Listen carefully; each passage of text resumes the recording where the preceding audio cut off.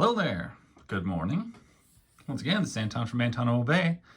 Thank you for stopping by the collection room. I'm taking a look at some more Femforce today. Do about 4 at a time. I've got 33, 34, 35, and 36. We'll see how it's going. It is a beautiful November morning. It's kind of chilly out there, but anyway, appreciate you guys stopping by to check out some comics.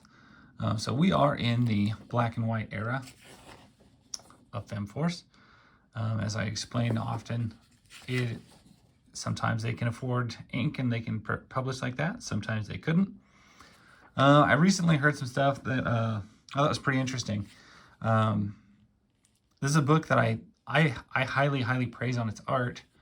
I think it's one of the biggest selling points to the book is just it's fantastic art. And I found out that these guys were not getting paid maybe like 1/5 of what artists for Marvel and DC were getting paid. And that's crazy. Because, I mean, this stuff is better than a lot of what I've seen on Marvel and DC during this era. I mean, I certainly like it. It's a little bit on the voluptuous side, but it's very stylized and very nice. I think it's great. So that makes me sad. Here, these guys were not getting quite as much. On pencils here, we have Black and Heike, which I'm assuming is Bill Black. But absolutely glorious. Oddly enough, this floating house thing, I don't know where I've seen that before. That seems extremely familiar to me. Possibly even in just a dream, but I have seen that floating house before. That's kind of weird.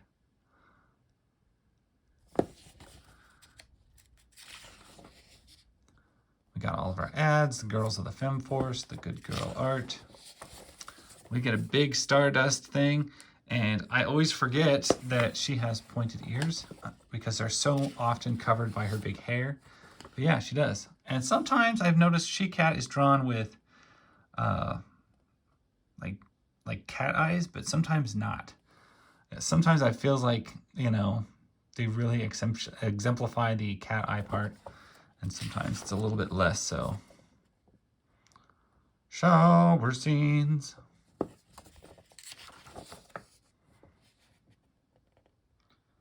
Of course, I know, as most characters do, their eyes change based on their attitude.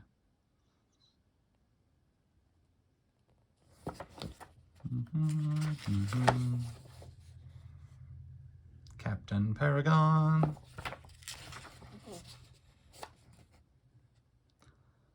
Inks. Bill Carr. Story pencils. Don DeCrease.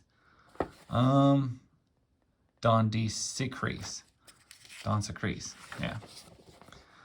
I've actually seen quite a bit of Don Secrease. Gosh, his name is hard for me. Anyway, I've seen that name a lot. He does good stuff here. Appreciate it very much. Some of the lettering looks a little weird.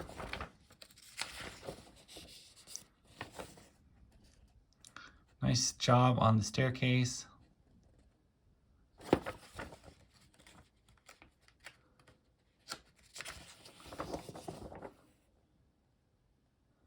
I always love how we get multiple stories in these books. I don't think I've ever grabbed an AC comic or a Femforce comic that just had one story in it. It's always like multiples. Now, I spent forever collecting up a solid run of 1 through 100, and I don't know that I'll ever be able to have 100 through 200. I've started picking up some of the later stuff, but very difficult to find, very hard to get a hold of. That is a heck of an opening page. That is Dragonfly. Looks like she's throwing a little tantrum. It's a good page there. And who's our art is Heike and the Count. 2 names you will read a lot on these, as well as many others. Looks like some very busy work. We spent a lot of time on those panels. Just the amount of details on some of that.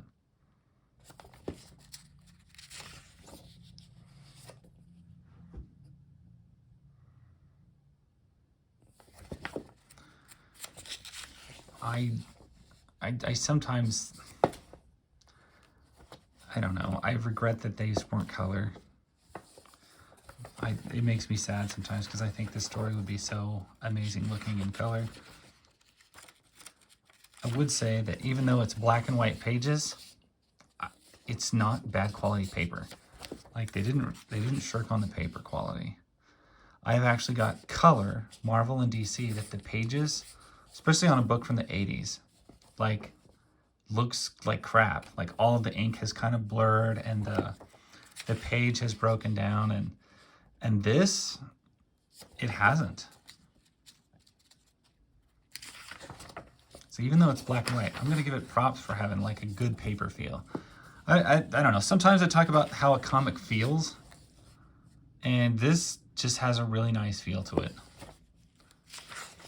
It's not a super cheap, like shitty paper. And, you know, if you go back and look through, I've just been flipping through like old Alpha Flights and stuff a lot lately. Sometimes the paper they used just feels really, really, really thin and maybe not so great. Wowza, that is a lot of going on in this page. Lots and lots of detail. Somebody spent a lot of time on these 2 pages alone. That is extremely dense with stuff.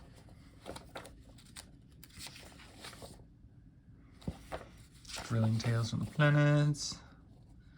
Still running a high amount of detail in these pages. Not completely insane, but getting up there. And I think sometimes you'll notice that more in black and whites than you do in color.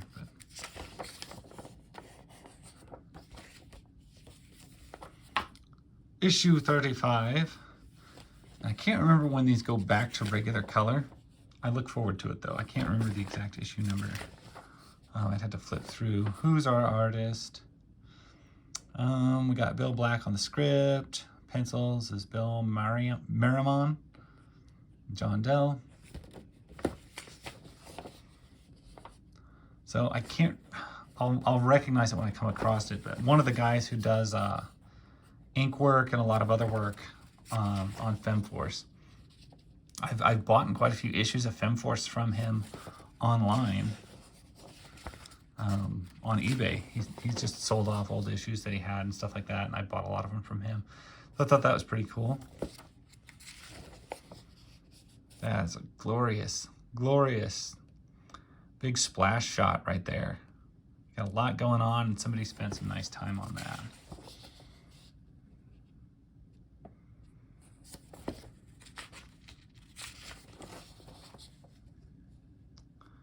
Of course, we got giant women. This is a reoccurring thing in a lot of AC comics and a lot of Femforce books, as we do have to have the giant women thing. I'm not sure what the deal is with that exactly.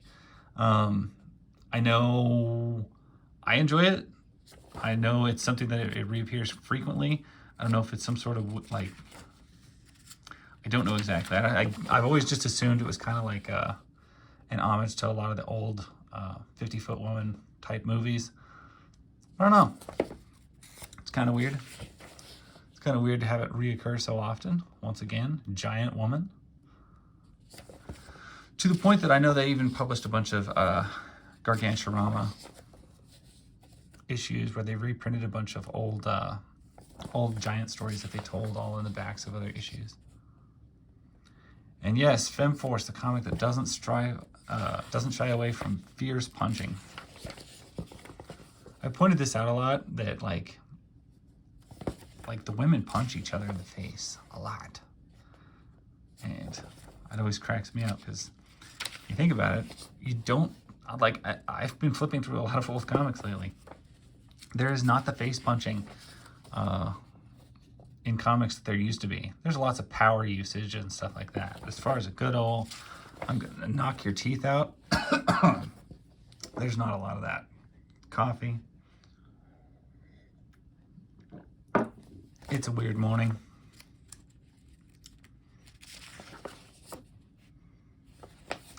I think giants were just super popular in all comics, not just giant women, but like all giants.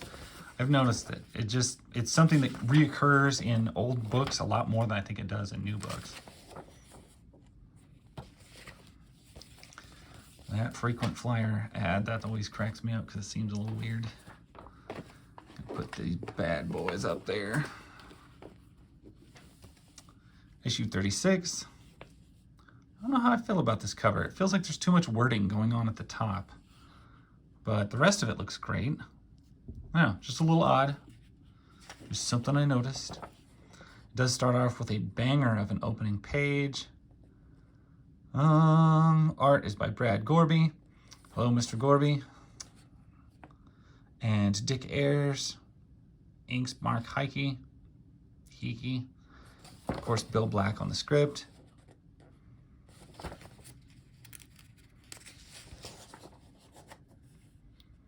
Looks like we're getting a lot of intense work on these pages. There's a lot, I don't know, like some black and white books, they use not enough ink and it just looks like a lot of black and white shapes and stuff. And some uses too much black and you get these like really kind of muddy looking pages. And I don't know, there's just a really nice balance to some of this. It's not too much black to white ratio and a lot of pencil work, but not so much pencil work that the eye just falls off the page. I'm thinking of people like, Roach Mill and stuff Tim Vigil stuff that is good, but it's almost so much detail and so much black and white and so much ink that your eye can't even, like it just kind of glazes over because there's just so much happening. And it loses its depth, it loses its image. But I think this is a beautiful balance of it and it looks really good. So props to you guys on this. I also like this mini micro panel that you've thrown in there of this lady's eyes freaking out. I like that. Is this Catman showing up down there? Looks like it. He's sprinkled out throughout. Like, I think every comic company has Catman show up in it somewhere.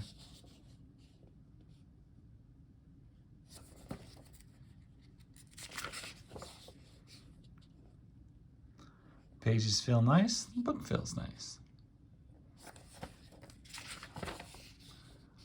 There's some great panel work there. All of that, I like all of that.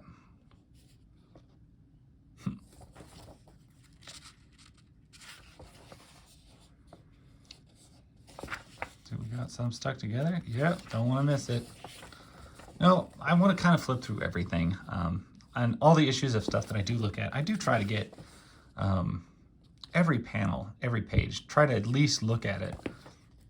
That's the problem with so many comics these days is people buy them and they don't read them. And I'm just as guilty as the rest, except that, man, it's like nowadays they make comics to not even be read. Like they just want you to buy the cover and you're not going to read the inside, so we're not going to put the work into it and we're not going to put the story into it. And I think that's why you'll have so many comics nowadays that the covers look amazing, but the art inside is it's such a letdown from what was on the cover, and then your stories go, straight into like shit and Wokeville stuff and just things that nobody wants to read. At least this is what I found with every modern comic I picked up. It's just, I don't know.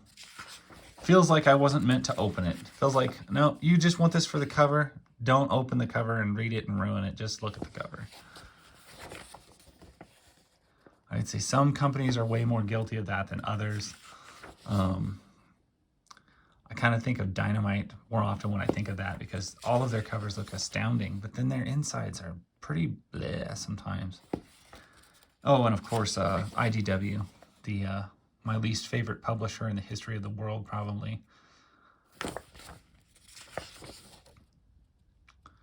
Femforce Futures.